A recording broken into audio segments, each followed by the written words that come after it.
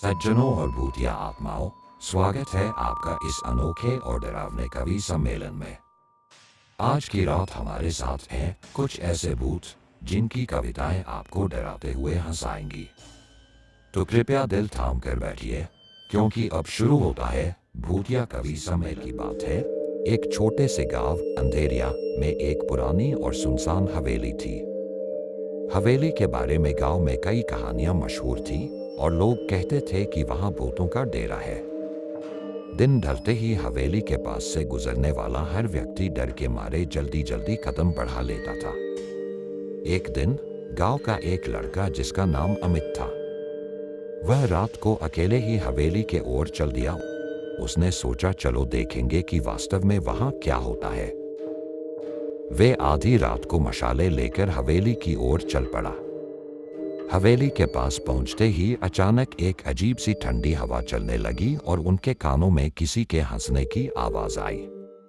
जैसे ही वे हवेली के अंदर पहुंचे, उन्होंने देखा कि एक बड़ा हॉल रोशनी से जगमगा रहा है। हॉल में कई भूत सफेद और धुंधले रूप में बैठे थे। सबसे सामने मंच पर एक भूतिया कवि खड़ा था और उसकी आवाज गूंज रही थी। सज्जनों और भूतिया आत्माओं, स्वागत है आपका इस अनोखे और डरावने कवि सम्मेलन में।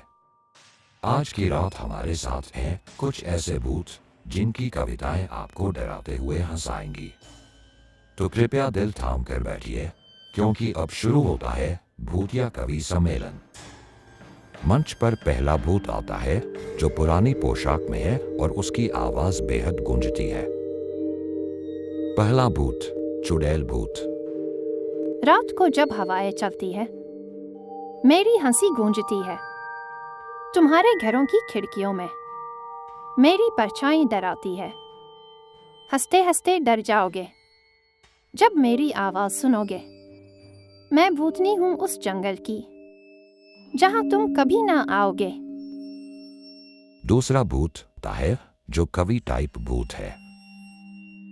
मैं था कवि जिंदगी में, अब हूं कब्र में पड़ा, पर कविताएं मेरी आज भी जिंदा हैं खड़ा। भूत होकर भी लिखता हूं दिल से कविताएं, कब्र से बाहर आकर तुम्हें सुनाने आया हूं। तीसरा भूत आता है। भूत बनकर मैं आया हूं, अंधेरों से निकला हूं, कब्रों की दुनिया से, मौत से मैं निकला हूं। जीते जीता कवि बड़ा, मरकर भी ना छोड़ा मैंने ये सफर। आज सुनाऊंगा वो बातें जिनसे कांप उठेगा हर शहर।